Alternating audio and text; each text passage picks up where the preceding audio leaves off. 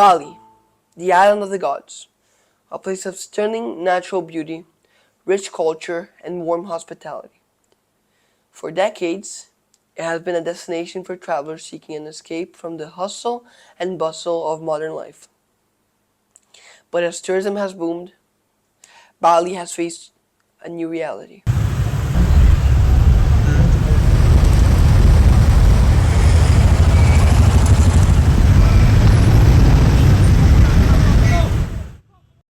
What better way to learn about Bali than primary sources?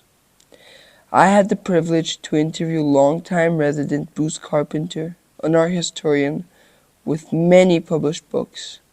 He arrived in Bali in 1976. It was like an epiphany because Bali, was such an extraordinary place, and the Balinese people, the rhythm of life, their artistry, the performances, the way they made offerings, the sort of mystery of how their religion, went, and their grand temple festivals and things like that. And when I first came here, my budget was like $2 a day. That included everything. The history of tourism in Bali is a captivating tale that spans over several decades. Bali's journey as a popular tourist destination began in the early 20th century when it started to attract artists, writers, and intellectuals from all around the world.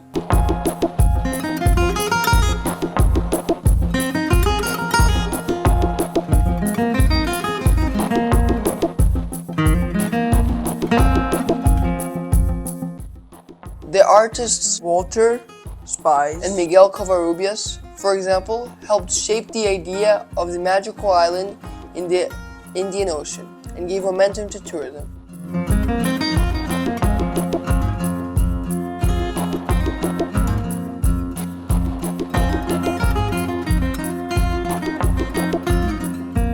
A dramatic moment was in the 1940s to the 1960s, when Japan took over Indonesia in the Second World War period.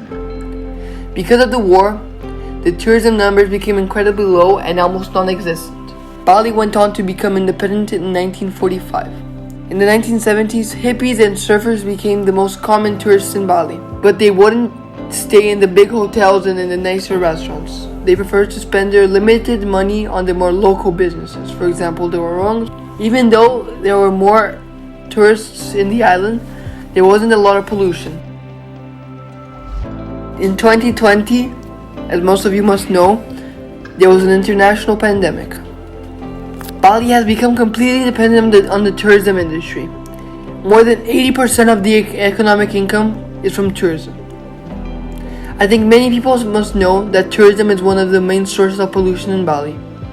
But did you know that one tourist produces more than 3.5 times the amount of trash that a local does? And in 2018 alone, Bali received more than 6 million visitors. This causes immense problems, some of them quite noticeable, like the traffic jams that we experience every time we leave our villas, or the horrendous sight of plastic covering the beaches. But others receive less attention because we don't feel directly affected by it. So the paradox that is in Bali is basically, without tourism, there is no income. But with tourism, there are many other problems.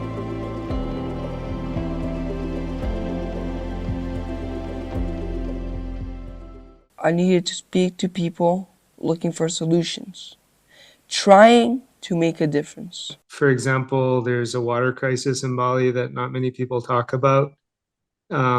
People just keep on building houses and digging bigger pools and digging deeper into the ground to take whatever's left of the water, thinking that it's going to last forever. And a lot of the land, like Bali has lost 1% of its agricultural land every year for the last 25 years because of development for tourism. So that means like 25% of land that could have been used to grow food for local people has been lost so that international people can play on this island.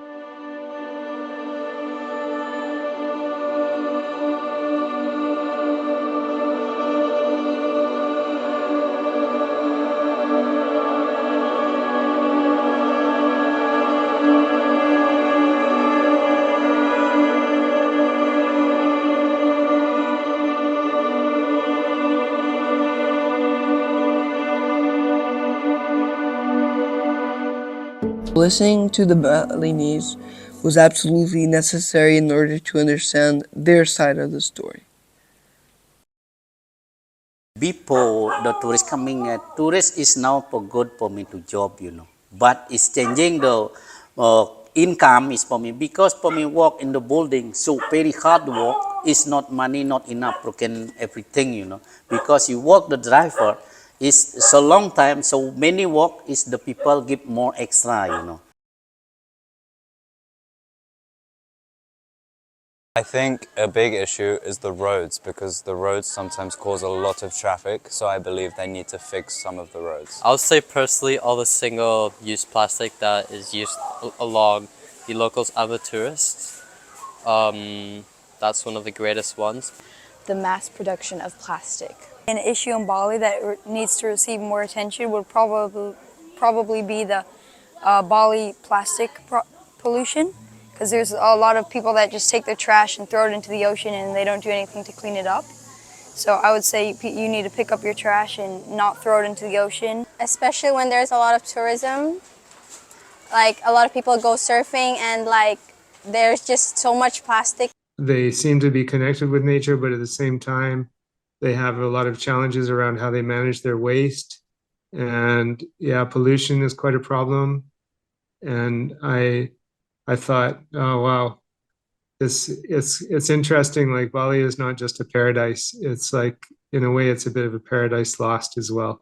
So I think the main challenge in Bali is really like how to balance the benefit from the economic benefit from tourism with the long-term benefit of really guarding and being good stewards of their ecosystem so that they can always live from the land. The major things that face Bali at the moment, let's talk about this, the rapid growth without being able to have enough infrastructure to support it. The pollution. I mean, when I first came here, the island was absolutely clean and pristine. I mean, there was no plastic, there was no styrofoam, there was nothing like that. Everything you got was wrapped in a banana leaf, or the most non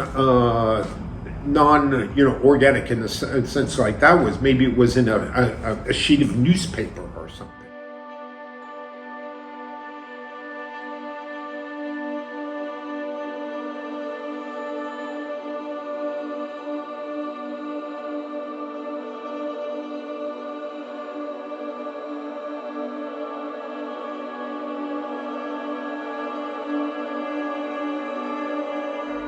One of the worst sins of foreigners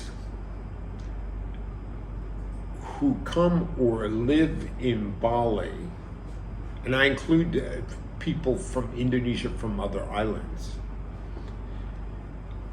and especially people who lived here maybe 2 years or 4 years, and they think somehow, that gives them some sort of citizenship or something, is to have the arrogance and pretense of thinking that it is our duty to fix what is wrong.